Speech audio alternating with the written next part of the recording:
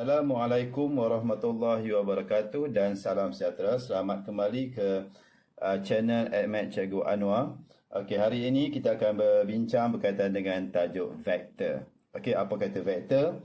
Paling mudah nak ingat, vektor perlu ada dua perkara, iaitu vektor ialah magnitude dan juga arah. Okey, apakah contoh-contoh vektor?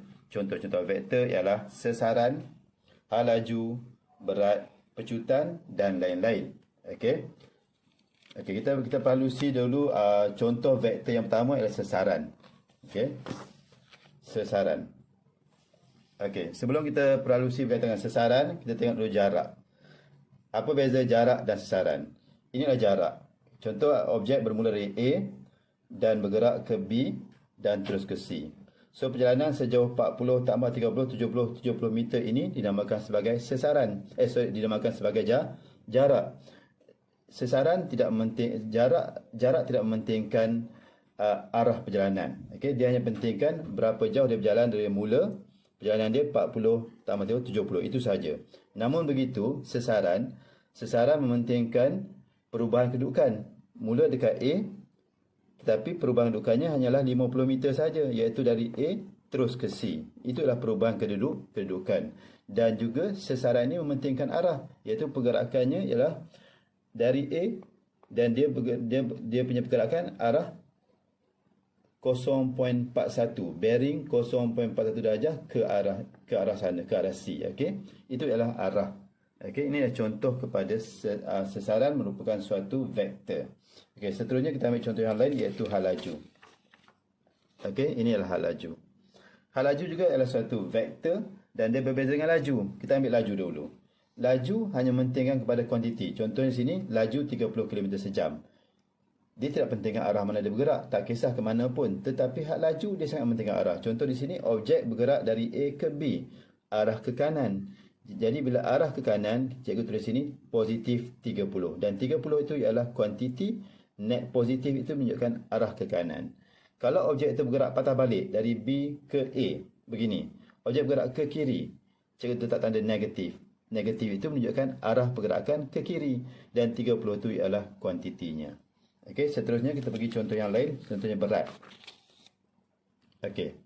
Berat ini dia ada arah, sebab arah berat sentiasa ke pusat bumi, sentiasa ke bawah.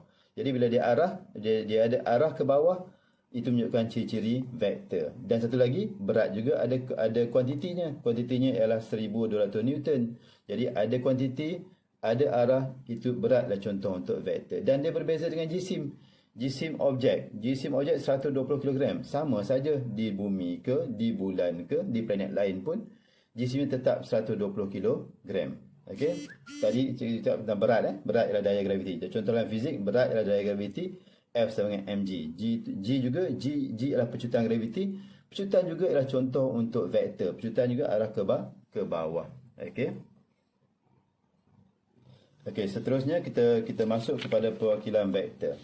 Okey, vektor boleh diwakili, vektor dalam selalunya kita wakili dalam bentuk arrow. Okey. Arrow ini inilah arah ke sana. Okey, arrow. Ada arrow ni menunjukkan arah dari sisi vektor, dan panjang garisan ini juga menunjukkan selalunya ditunjukkan sebagai kuantiti. Okey. So, ini contoh. Jadi kalau kita baca sini, kita boleh katakan sebagai ini adalah vektor AB. Okey. Kadang-kadang boleh juga tulis sebagai vektor AB ni, boleh juga tulis sebagai A ulat ni. A ada ulat bawah. So, vektor AB. Ingat dia masih ada arrow ke atas. Vektor AB baca. Kalau tak ada arrow, tak boleh baca sebagai vektor. Bila ada arrow di atas ni, vektor AB sama juga boleh ditulis sebagai vektor A. Contohnya, jika dia boleh wakilkan apa saja. Vektor A. Tapi ingat, vektor A ni kita kena letak ulat bawah tu. Vektor A. Okey. Dan contoh yang lain macam ni, PQ. PQ, arah PQ, vektor PQ. Vektor PQ boleh juga diwakili sebagai vektor M. M tu ada ulat bawah. Okey. Kadang-kadang kamu nampak macam ni. Ada vektor AB tapi ada tanda modulus. Tanda modulus ni menunjukkan magnitude. Magnitude ni ialah panjang lah. Okey, so berapa magnitude AB? Magnitude AB panjangnya lah berapa? Okey. apakah magnitude A? Boleh tak tulis macam ni? Sama je. Ini magnitude AB sama juga dengan magnitude A. Okey. Simbol modulus tu menunjukkan tentang magnitude. Okey. Seterusnya kita masuk vektor sama. Okey. Kenapa dia dinamakan sebagai vektor sama? Sebab sesuatu vektor tu dia mempunyai magnitude yang sama dan dia juga mempunyai arah yang sama. Okey, ambil contoh di sini. Vektor PQ dan vektor AB. Ini dua-dua ni garisan yang berbeza. Satu PQ, satu AB. Kedua-dua ni dikatakan sebagai vektor yang sama. Sebab apa? Sebab dua ciri ini. Adakah dia sama magnitude? Ya. Panjangnya sama. Adakah dia sama arah? Ya. Sebab kedua-duanya arahnya ke arah yang sama. Jadi kita boleh katakan bahawa vektor PQ sama dengan vektor AB. Kita boleh katakan juga vektor P sama dengan vektor A. Okey. Tengok di sini. Vektor PQ tidak sama dengan vektor CD. Kenapa tak sama? Nampak arah macam sama.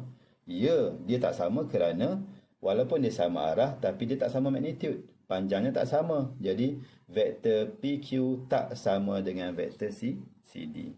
Bandingkan pula CD dan UV. Kedua-duanya mempunyai magnitude yang sama tetapi tidak mempunyai arah yang sama. Jadi vektor CD tidak sama dengan vektor UV. Tengok pula kepada vektor MN. Walaupun MN ni berada jauh daripada PQ dan AB, jauh dekat hujung sini, tapi disebabkan oleh dia mempunyai arah yang sama dan panjang yang sama, magnitude yang sama, jadi kita katakan bahawa vektor MN sama dengan vektor PQ sama dengan vektor AB. Vektor P sama dengan vektor A sama dengan vektor M. Kita boleh cakap begitu. Okey. Sama lagi seterusnya vektor negatif. Okey, apa maksud vektor negatif? Vektor negatif adalah satu vektor yang sama magnitude tetapi arah yang berlawanan. Bukannya berbeza tapi dia berlawanan. Okey. Okey, tengok sini. Kalau AB ke sana, panjang kedua-duanya sama. Tapi bila dia patah balik, arah yang berbeza, iaitu arah yang berlawanan, so dia akan jadi negatif. Nampak sini? Vektor AB. Vektor AB ni, dia sama dengan negatif BA. Nampak B ke A. B ke A arah sana. Bila cikgu letak negatif BA, dia patah balik arah ke arah bertentangan balik. Okey? Sama dengan ini. BA. Okey? Ini adalah B ke A. B ke A sama dengan negatif AB. Cuba kita tengok AB dulu. A ke B ke sana. Tapi bila disebut negatif, dia patah balik arah macam tu. Jadi samalah arah dengan ini. So itu menunjukkan vektor negatif. Okey, vektor negatif, ingat vektor negatif ialah vektor magnitude sama tetapi arah yang berlawanan. Bukan berbeza, berlawanan. Seterusnya vektor sifar. Vektor sifar satu vektor yang mempunyai magnitude sifar. Okey. Dan arah tak dapat ditentukan sebab bila magnitude sifar dia tak bergerak ke mana pun. Jadi macam kita nak tahu arah dia. So arah tidak dapat ditentukan. Contohnya tengok objek ini. Objek ini dia duduk kat sini A. Dia pergi B, dia pergi C, kemudian dia balik kepada A. Jadi sasarannya nilainya ialah sifar. Jadi itulah contoh daripada vektor sifar. Arah mana dia bergerak? Dia tidak ada arah sebab dia tak bergerak ke mana-mana pun dari segi sasaran. Okey, inilah contoh vektor sifar. Seterusnya vektor selari. Okey, kenapa dia kata vektor selari? Vektor selari sebab mempunyai arah yang sama. Walaupun magnitude tak sama. Ini panjang ini panjang ini separuh. So tapi vektor ini namakan vektor selari sebab yang penting arahnya sama. Vektor selari. Okey. Cuba kita tengok di sini. Vektor A, vektor D, vektor C. Okey. Kita boleh katakan apa? Kita boleh katakan vektor A ni sama dengan setengah je vektor D. Sebab apa? Sebab vektor A ni pendek. Vektor D ni panjang. Jadi vektor A ni vektor D separuh. Dia samalah. Vektor A sama dengan setengah vektor D. Contohlah. Okey, kita boleh katakan sini vektor A. Vektor A yang ini sama dengan 2 vektor C. Vektor C ni pendek. So vektor C ni perlu 2 kali. 2 kali C dan C. Okey. So vektor A sama dengan 2 C. Jadi benda yang kita perlu hafal kalau kita dalam tajuk ini, kita boleh tulis sebagai ini. Contohlah begini. Okey, kita ambil B dulu. Vektor B. Vektor B dan vektor D. Kita tak boleh tulis, kita tak tahu berapa, kita tak boleh tulis D sama dengan 2B ke apa, sebab kita tak tahu panjang magnitudnya berapa. Jadi kita boleh tulis apa? Kita boleh tulis vektor A. Okey, sorry, kita ambil ni A dan D. Okey, kita boleh tulis begini. Contohnya A dan D. Selain daripada tulis setengah tadi, kita boleh tulis A sama dengan lambda D. Inilah bentuk yang biasa. Bila kita dengar je vektor selari je, mesti tulis ni. A sama dengan lambda. Lambda, L-A-M-D-A. Lambda. Vektor A sama dengan lambda D. Lambda tu apa? Lambda tu ialah pemala. Contoh di sini, lambda ialah setengah. A sama dengan lambda C. Lambdanya apa? Lambdanya ialah 2. Itulah contoh. Bila selari je kita boleh pakai lambda. Okey, seterusnya masuk vektor segaris. Okey, inilah vektor segaris. Beza tadi vektor selari, ini selari, tapi ini segaris. Okey, kenapa dia kata segaris? Tengok di sini. Vektor A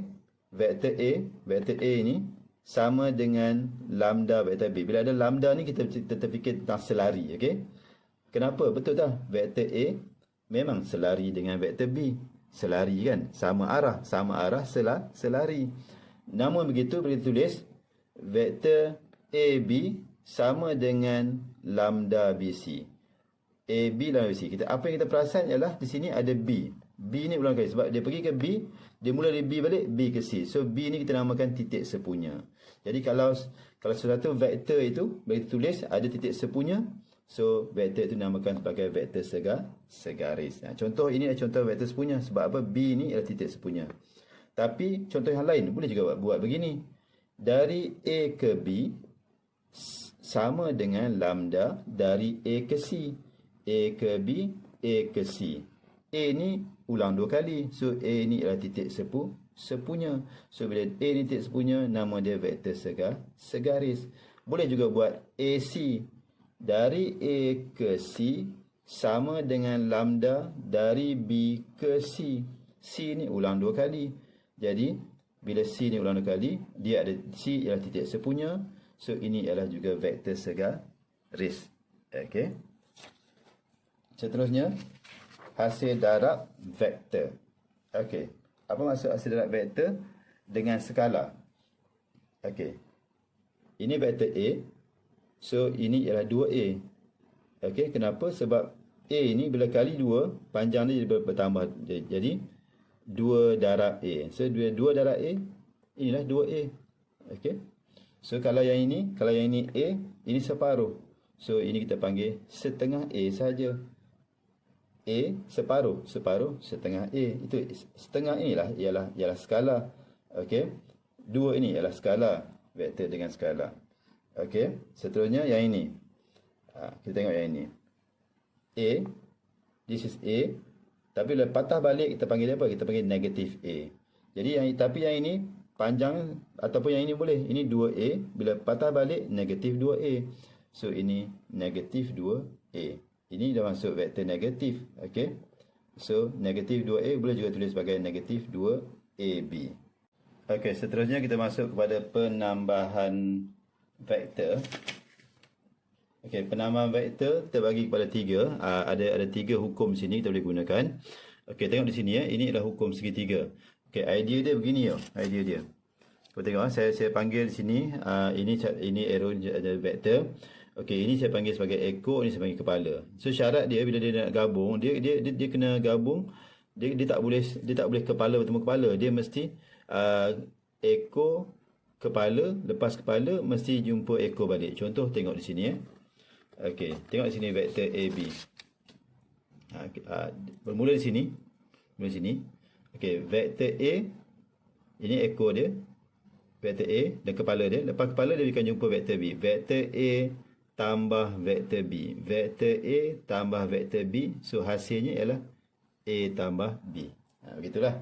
Okey, ini dinamakan sebagai vektor paduan. Vektor A tambah vektor B, vektor paduan dia A tambah B. Okey. Contoh sini boleh juga. Kalau tadi kita tahu ke sana ialah B, so bila patah balik kita panggil dia negatif B.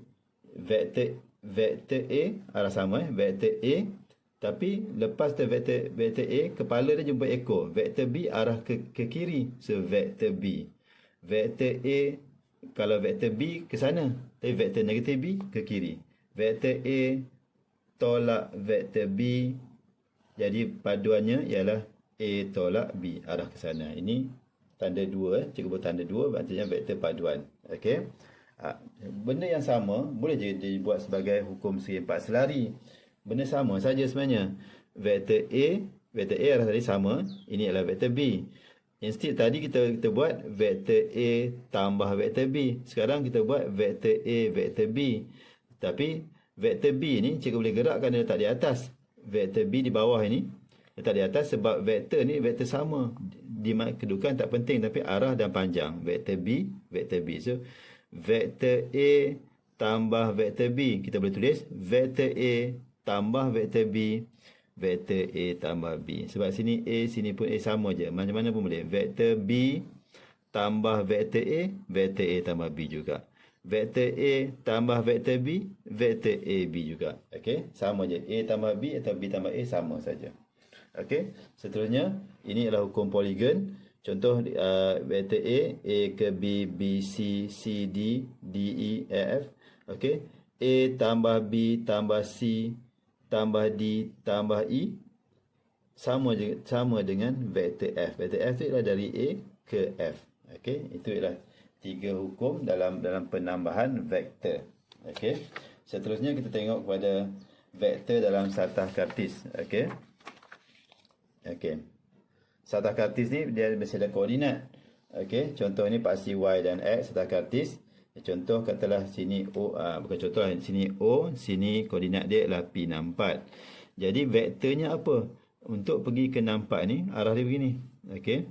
Untuk pergi 64 ni dia kena pergi 6 ke kanan, 4 ke atas. Ingatlah, tengok dari O nak ke P. Dia mesti 6 ke kanan, 4 ke atas. So ditulis sebagai 6I tambah 4J. Ataupun boleh tulis macam contoh macam translasi 6 ke kanan, 4 ke atas. Ini kita panggil vektor IJ. Ini kita panggil vektor lajur. Okey. Okey, ambil contoh lain. O dari O ke Q. Dari O ke Q. 3 ke kiri, 2 ke atas. Tolak 3I tambah 2J. Tolak 3 ni 3 ke kiri, 2 ke atas. Vektor IJ, vektor lajur. Okey. 3, 6. Sama juga. 3 ke kanan, 6 ke bawah. OR. 3 ke kanan, 6 ke bawah, negatif ke bawah. Okey, 3 negatif 6. Okey, so sekarang kita cuba tengok vektor negatif dia. Tadi dari O ke P, sekarang P ke O. Bila P ke O, dia mesti pergi kiri kanan dulu. So untuk P ke O, dia kena pergi 6 ke kiri, 4 ke bawah. Nak PO dari P ke O, 4 ke kiri, 2 ke bawah. So kita akan tulis negatif 6 ke kiri, 4 ke bawah. So kita tulis negatif 6, negatif 4. Dia terbalik tadi OP 64, sekarang negatif 6, negatif 4. Bertukar tanda saja. QO tadi negatif 2. So akan jadi positif negatif. Positif 3I tolak 2J. Okey, QO. Dari Q ke O. 3 ke kanan, 2 ke bawah. 3 ke kanan, 3I, 2 ke bawah, negatif 2J. RO. Dari R ke O. 3 ke kiri, 6 ke atas. So tolak 3I, 6J. Maksud I dengan J tu apa?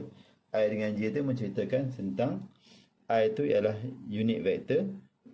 Okey, tak apa, tak susah sebut lagi. I tu ialah 10. 10 maksudnya satu ke kanan je. Satu ke kanan. Dia tak naik atas bawah, dia satu kanan. Jadi bila sebut 6I, 6 ke kanan.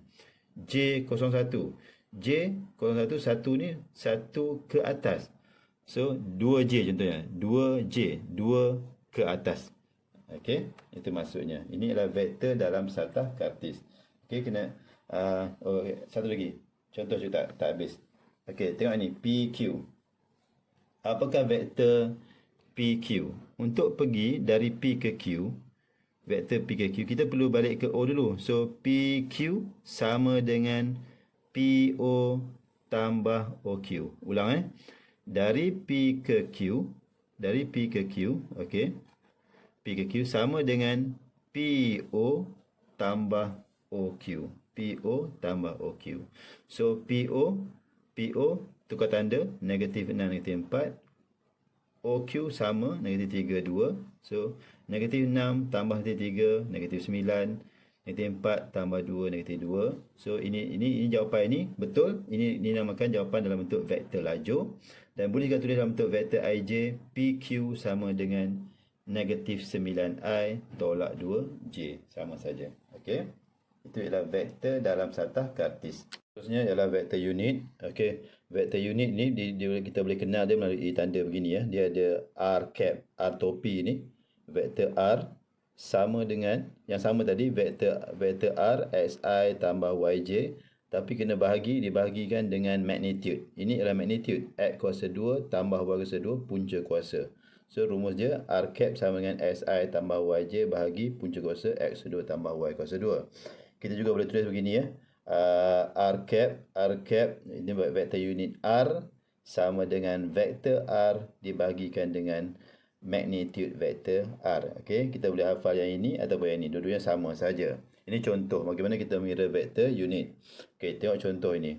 Katalah vektor AB, vektor AB ialah 4i tambah 3j. So maksudnya ialah 4i ke kanan, 3 ke 3j, 3 ke atas. 4 ke kanan, 3 ke atas. Jadi kalau begini 4, ini 4, ini 3. Jadi magnitude dia iaitu panjang hipotenus ni mesti 4, 3, di sini mesti 5 kan. So kita boleh kira AB sama dengan 4 tambah 3J. Magnitude AB ialah 4 kuasa 2 tambah 3 kuasa 2 sama dengan 5. Okey. So rumus kita balik macam ni tadi balik, iaitu R cap sama dengan R bahagi magnitude R. Kalau kita tulis AB sama juga. AB cap sama dengan AB bahagi dengan magnitude AB. Jadi vektor AB ialah 4i tambah 3j. Magnitude AB ialah 5. Jadi kita boleh pecahan dia 4/5i tambah 3/5j. Okey. Kita ulas lagi berkaitan dengan vektor unit. Okey, vektor unit ini ialah vektor dalam arah sesuatu vektor tertentu yang mempunyai magnitude 1 unit. Contoh sini kita ambil. Ini vektor R. Dalam arah yang sama dengan vektor R ni ada vektor unit. Tapi vektor R ni dari sini, vektor R ini magnitude dia 5. Tapi vektor unit ni magnitude dia 1 saja.